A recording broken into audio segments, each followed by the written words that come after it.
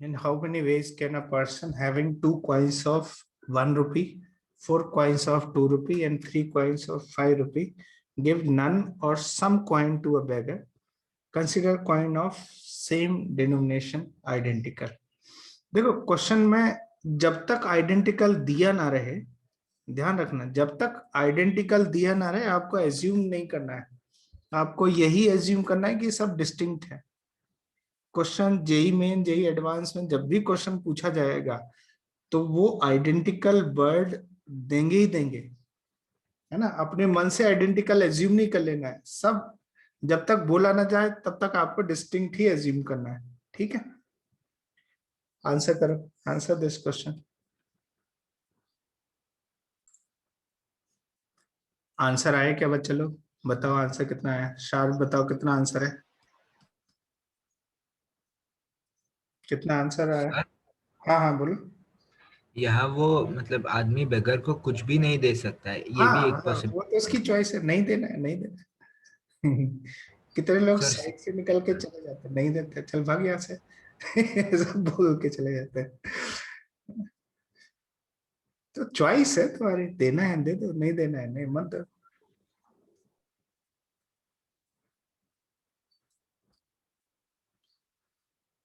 कुछ लोग होते हैं जो बहुत अच्छे होते हैं, सारे जितने पैसे पड़े हो अपने जेब में सब दे देते, ले ले तू ले ले भाई, है ना। हाँ सर।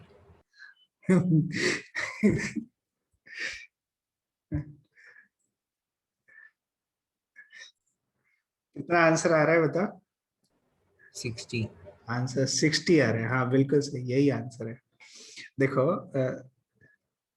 1 रुपी के 2 कॉइन है, और 2 रुपी के 4 कॉइन है, और 5 रुपी के 3 कॉइन्स है। 1 रुपी के 2 कॉइन्स, 2 रुपी के 4 कॉइन्स, और 5 रुपी के 3 कॉइन्स, ठीक है। अब यहाँ पे देखो हो क्या रहा है कि 1 रुपी के कॉइन के पास कितनी चॉइसेस हैं? 1+2, मतलब एक 1 रुपी वाला एक भी ना दे, एक दे या दोनों दे दे। ऐसे ही यहाँ पे 2 रुपी के कॉइन्स के लिए कितने चॉइसेस हैं, कितने चॉइसेस हैं? तो आप क्या कहोगे? 1+4। ऐसे ही 5 रुपी के लिए कितनी चॉइस है? 1+3। ऐसा सिचुएशन, तो इसको देखो कितना हो जाएगा, 3 × 5 × 4, 60 आंसर आ जाएगा। अब इसमें वो केस भी काउंट कर लिया कि जब एक भी कॉइन नहीं दी, और वो केस भी काउंट हो गया जिसमें सारे कॉइन्स दे दिए। क्या इतनी बात समझ आए? I hope you all get this point. Any doubt? ना, राइट डाउन, नेक्स्ट लिखो, थ्योरम है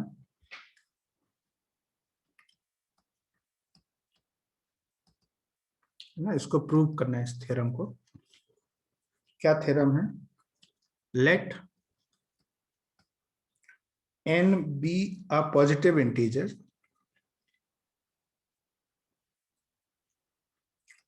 be a positive integer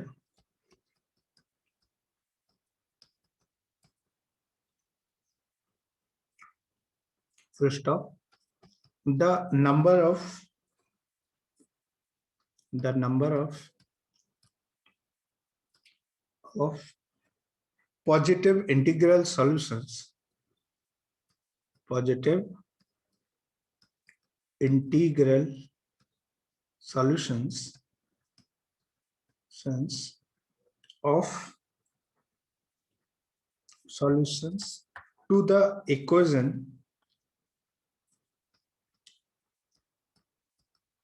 to the equation x1 plus x2 plus x3 plus dot dot dot xr is equal to n is कितना हो जाएगा? n-1 c r-1। Prove करो इसको, prove this theorem, है ना। बताओ क्या आप प्रूव कर पा रहे हो क्या?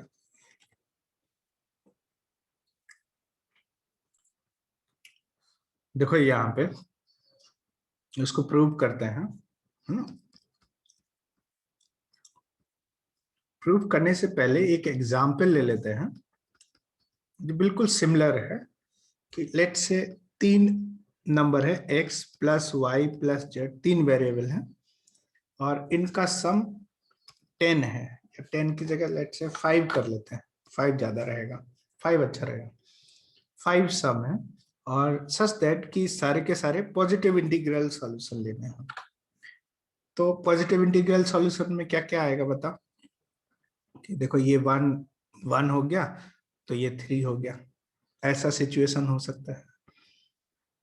ऐसे कितने केस होंगे तो आप कहोगे सर ये 3 है जिसमें 2 आइडेंटिकल है, इनको आपस में सफल कर देते हैं, 3 फैक्टोरियल बाई 2 फैक्टोरियल मतलब 3 केसेस। और वो 3 केसेस कौन से हैं, एक ये और ये 1 3 1 और 3 1 1, ये तीनों की काउंटिंग हो गई है। ये जो 3 केस आ रहे हैं वो ये 3 केस दिए हुए हैं। सो 1 1 3 हो गया और क्या हो सकता है 1 2 2 भी हो सकता है, 5 सब। तो ये कितने केस होंगे तो आप फिर कहोगे कि इसमें 2 आइडेंटिकल है तो 3 फैक्टोरियल अपॉन 2 फैक्टोरियल मतलब ये 3 केसेस आ जाएंगे और 3 केस बिल्कुल सिमिलर है।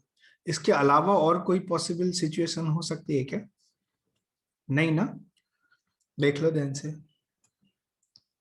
1 1 3 1 2 2 और कोई पॉसिबल सिचुएशन नहीं हो सकती है। किसी को भी जीरो जीरो नहीं दे सकते, जीरो देंगे तो पॉजिटिव इंटीग्रल सॉल्यूशन नहीं बनेगा। तो आंसर कितना हो गया इसका 6 केसेस। ठीक है।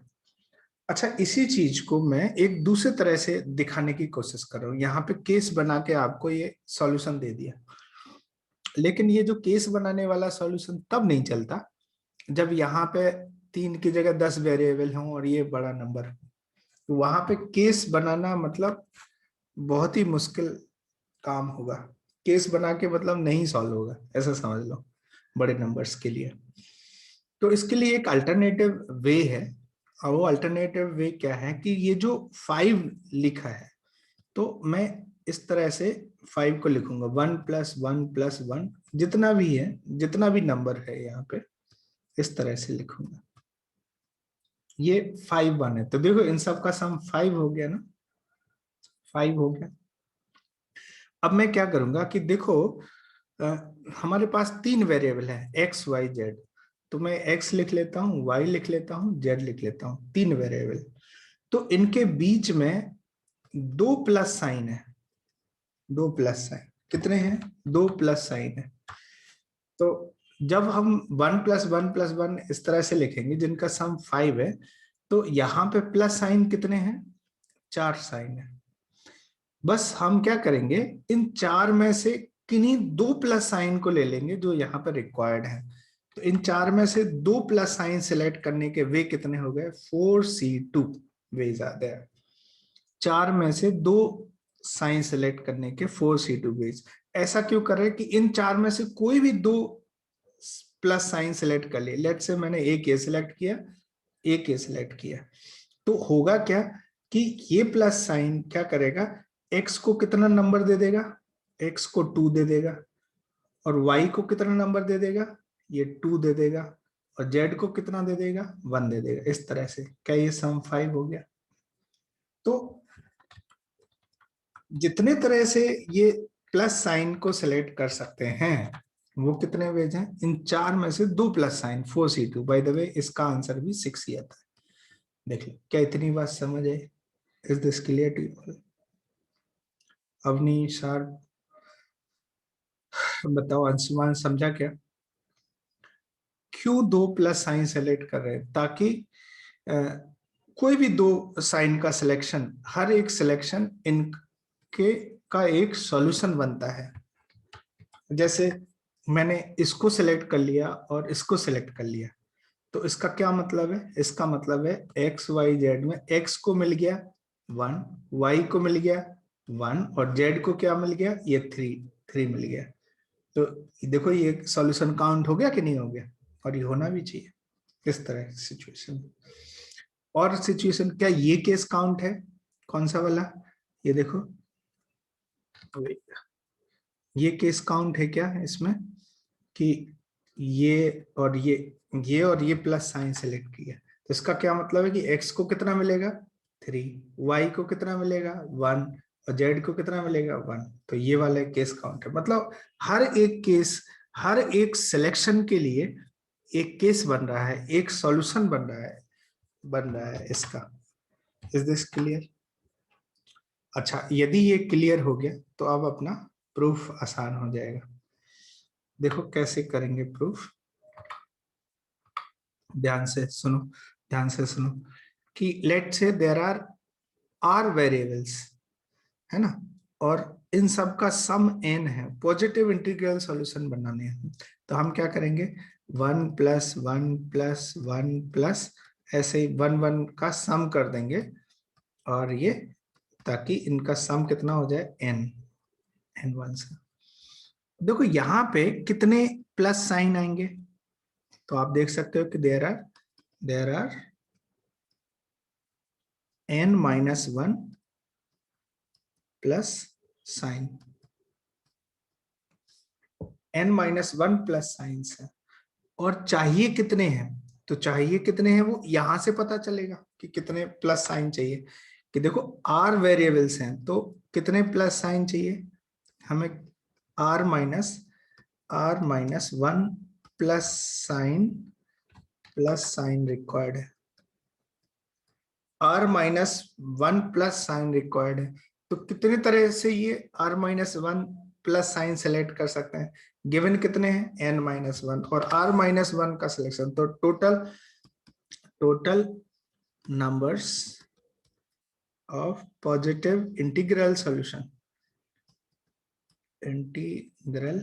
सॉल्यूशंस कितने हो जाएंगे बताओ, क्या यही हो जाएंगे कि n-1 में से n-1 प्लस साइन में से r-1 सेलेक्ट करना है, CR-1, ये आंसर रहेगा।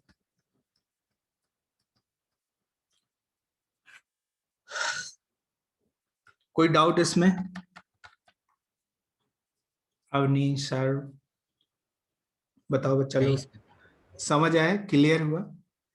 Is this clear to all, है ना? नेक्स्ट थ्योरम लिखो, राइट डाउन नेक्स्ट थ्योरम। या फिर मैं एक क्वेश्चन करूं कि इसके कितने सॉल्यूशन होंगे, पॉजिटिव इंटीग्रल सॉल्यूशन।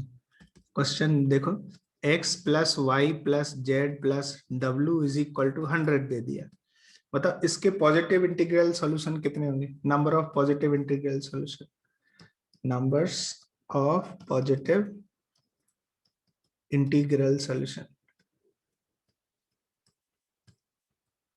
बताओ कितने होंगे, आंसर करो जल्दी से फटाफट, आंसर इट। सर इसका 99C3 है। अच्छा, हाँ सर, 99C3 इसमें है। ना जैसे 1+1+1 प्लस प्लस प्लस कर देंगे, कितना 100 1 हो जाएंगे, है क्योंकि सम 100 चाहिए। और यहाँ पे कितने प्लस साइन चाहिए, 3 कितने में से चाहिए, देखो 99 प्लस साइन होंगे, तो आंसर कितना हो जाएगा 99C3। यही आंसर आया, बताओ क्या ये आंसर समझ आया? हाँ सर। समझा ना? नेक्स्ट लिखो, राइट डाउन। या इसका कॉरोलरी बोल सकते हो,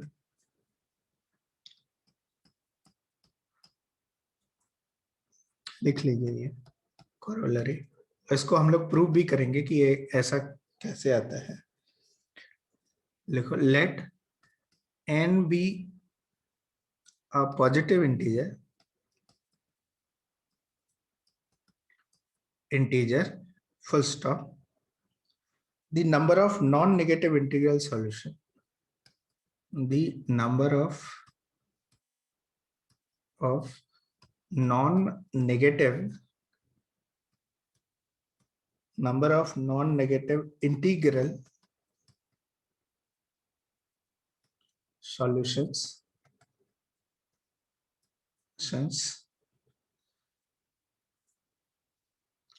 to the equation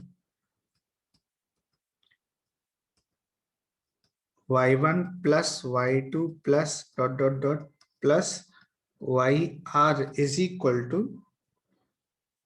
n is n plus r minus 1 c r minus 1।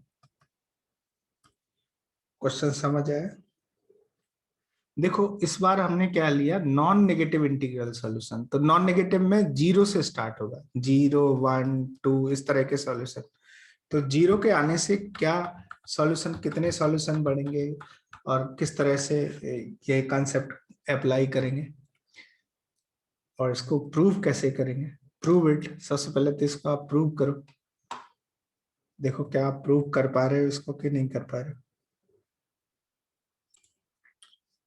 Done. बताओ कैसे किया बच्चा, क्या सोचा?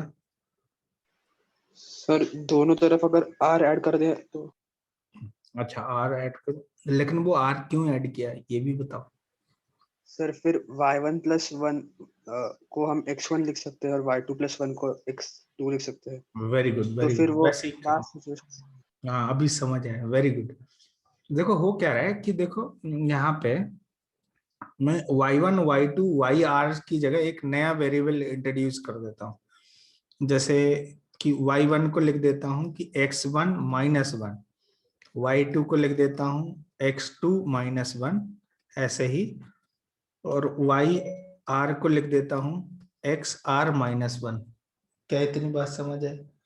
ऐसा क्यों कर रहे हैं तो थोड़ी देर में समझ में आ जाएगा आपको कि yi जो है, yi मतलब 1 2 3 अप टू r, ये बिलोंग करेगा कहां से कहां तक, 0 1 2 3 एंड सो ऑन। अब तो कहां तक जा सकता है, yi की वैल्यू n हो सकती है, एट मोस्ट n हो सकती है। i का वैल्यू 1 2 अप टू r हो सकता है। तो अच्छा y1 के बारे में सेम सिचुएशन है। लेकिन अब यदि x j के बारे में बात करें या x जो भी आता है, तो y यदि 0 से स्टार्ट हो रहा है तो x1 को कहां से स्टार्ट होना पड़ेगा, 1 से। 1 2 3 यहां से लेके n तक जा सकता है या n प्लस 1 तक जा सकता है। देखो x j की वैल्यू यहां से यहां तक जा सकती है, पॉसिबल वैल्यूज हैं। तो अब हम क्या करेंगे, जहां पे yi है, y1 है, वहां पे x1 माइनस 1 पुट अप कर देंगे। तो यही इक्वेशन, ये जो इक्वेशन है, ये इक्वेशन कैसी बन जाएगी, देखो x1 minus 1 plus x2 minus 1 plus plus plus dot xr minus 1 is equal to n बन जाएगा। अब देखो इसमें ये r फैक्टर्स है, तो r नंबर इधर चला जाएगा, तो अब क्या बनेगा, x1 plus x2 plus x3 plus dot dot dot plus xr is equal to क्या हो गया, n प्लस r। तो आप देखो वैसी सिचुएशन बन गई जैसे पहले थी कि इसके कितने पॉजिटिव इंटीग्रल सॉल्यूशन होंगे। तो अब जब इस तरह की सिचुएशन बन गई तो आप क्या कहोगे कि सर n प्लस 1, इसको ऐसे लिख देंगे 1 प्लस 1 प्लस 1 प्लस, ऐसे लिखते जाएंगे 1 is equal to n plus 1। तो n प्लस r। तो अब यहाँ पे देखो ये प्लस साइन कितने होंगे, कितने प्लस साइन होंगे, तो आप कहोगे कि n प्लस r माइनस 1, और कितने चाहिए, r माइनस 1 सिलेक्शन चाहिए, c r माइनस 1। तो इस तरह से ये प्रूफ हो जाता है। क्या इतनी बात समझ है? Is this clear to you all? अच्छा एक और प्रूफ बताता हूं इसी चीज का, ध्यान से सुनना। प्रूफ नंबर 2, एक और दूसरी थिंकिंग है, इसको ऐसे सोचते हैं। देखो अपने पास y1 plus y2 plus yr is equal to n है, y1 plus y2 plus y3 plus plus plus plus yr is equal to n है। हमें नॉन इंटीग्रल सॉल्यूशन चाहिए, numbers of non integral solution.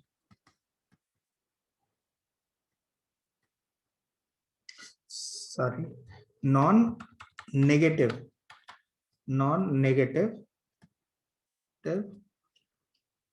Integral solution.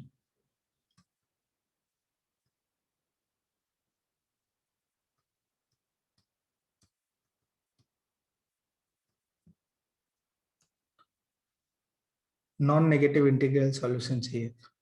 तो हम क्या करते हैं कि जैसे ये 1 है, n और ये जो प्लस है, ये प्लस को हम एज अ सेपरेटर काउंट कर लेंगे।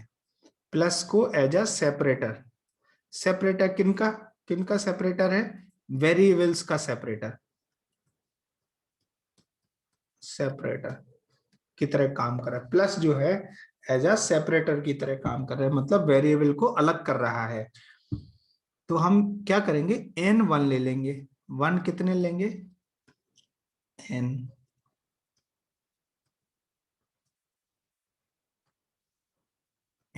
ले लेंगे, 1 ले लेंगे, ठीक है। और सेपरेटर कितने ले लेंगे? जितने गिवन है। कितने गिवन है? देखो r वेरिएबल है, तो ये r-1 सेपरेटर है।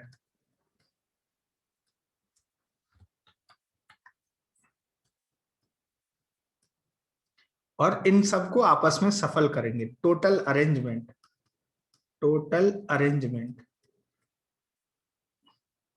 इनका टोटल अरेंजमेंट कर देंगे। तो कितने, पहली बात तो ऑब्जेक्ट बताओ कितने हैं। तो आप क्या कहोगे, n प्लस r-1 ऑब्जेक्ट्स हैं। तो इनके टोटल अरेंजमेंट कितने हो जाएंगे? n plus r-1 factorial divided by n factorial into r-1 factorial, क्योंकि ये आइडेंटिकल सेपरेटर है और ये आइडेंटिकल 1 है। और आप देखोगे तो ये क्या मिलेगा, इसको हम NCR के फॉर्मेट में लिखेंगे तो n plus r-1 c r-1 ऐसे लिख सकते हैं। अब क्वेश्चन ये है कि सर आपने ऐसे टोटल अरेंजमेंट क्यों कर दिए? तो देखो यहाँ पे ध्यान से देखो कि इसका जो भी पॉसिबल अरेंजमेंट है वो इसका हर एक अरेंजमेंट, इसका हर एक सॉल्यूशन बन रहा है। जैसे एक सिंपल सा केस ले लेते हैं कि x plus y plus z is equal to 3 ले लिया है ना। ये एक एग्जाम्पल ले लेते हैं। तो आप क्या कहोगे कि सर 3 सेपरेटर ले ले, 3 1 ले लेते हैं और 2 सेपरेटर, 2 प्लस साइन है, इन प्लस साइन को ले लेते हैं। तो इसके नॉन नेगेटिव इंटीग्रल सॉल्यूशन कितने होंगे? तो आप कहोगे कि सर ये 5 फैक्टोरियल अपॉन 3 फैक्टोरियल 2 फैक्टोरियल हो जाएगा। और ये 5c2 बोल सकते हैं, 5c2 का वैल्यू 10 आता है, मतलब इसके 10 सॉल्यूशन होंगे। तो मैं बता दूं कि इसका हर एक अरेंजमेंट, इसका एक सॉल्यूशन कैसे बन रहा है। तो देखो यहाँ पे x y z ले लेते हैं, ठीक है, x y z ले लेते हैं। तो पर्टिकुलर ये जो रिप्रेजेंटेशन है ये भी एक सॉल्यूशन है। कैसे? कि सेपरेटर से पहले जो नंबर है वो किसको चला जाएगा? x को। सेपरेटर के यहाँ जो नंबर है वो किसको चला जाएगा? y को। और यहाँ पे जो नंबर है वो किसको चला जाएगा? z को। तो कहने का मतलब है कि यदि इस तरह से दिया हुआ है तो ये किस सॉल्यूशन की तरह बात कर रहा है कि x को 3 मिल गया, y को 0, z को 0 मिल गया। लेट्स से एक अरेंजमेंट मैं ऐसे कर देता हूं, 1 1 सेपरेटर, फिर सेपरेटर और फिर 1 कर देता हूं। तो मैं बता दूं कि ये भी एक सॉल्यूशन बन रहा है। इसमें क्या हो रहा है कि जो सेपरेटर की पहले ये किसको चला गया? x को। तो x के पास 2 आ गया, यहाँ पे कुछ नहीं है तो वो किसको चला गया? y को। और ये किसके पास चला गया? z को। इस तरह से। तो यदि इस पर्टिकुलर केस के बारे में बात करें तो ये कौन सा सॉल्यूशन की बात कर रहा है? ये 2 0 1 की बात कर रहा है, इस सॉल्यूशन की बात कर रहा है। यदि कुछ ऐसा है कि 1 सेपरेटर फिर 1, तो इसका क्या मतलब है? x की वैल्यू 1, y की वैल्यू 1, z की वैल्यू 1, इस सॉल्यूशन की तरह काम कर रहा है। तो क्या अब ये पार्ट समझ आया? हम क्या करेंगे, यदि नॉन नेगेटिव इंटीग्रल सॉल्यूशन है तो जितना सम है n उतने